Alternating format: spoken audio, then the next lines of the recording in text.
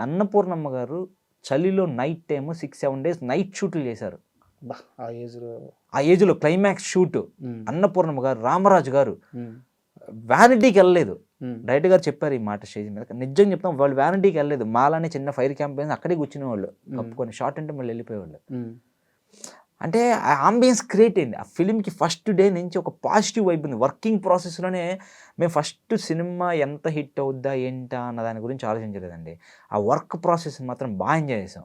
అంతా ఒక పాజిటివ్గా జరుగుతుంది. సూపర్. అంటే మీరు అంటే యాక్చువల్గా నా లిస్ట్లో లేదు, నా క్వశ్చన్స్ లిస్ట్లో లేదు. అన్నపూర్ణమ్మ గారి గురించి చెప్పారు కాబట్టి ఆమెది చాలా గొప్ప క్యారెక్టర్. అమ్మో, కొన్ని వందల సినిమాలు చేసిన అనుభవం. ఆమె నుంచి ఏమి నేర్చుకున్నారు సెట్లో? బాబోయ్,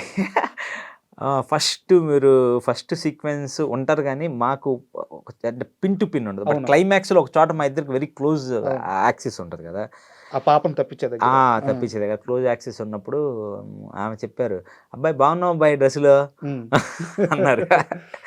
ఆ అమ్మని కొంచెం పట్టుకోవాలి కదా, అమ్మ ఇలా పట్టుకుంటానంటే నువ్వు పట్టుకోమ్మా, నాకు తెలిసి ఎలా పడాలో ఏంటో ఆమెకి తెలియదు.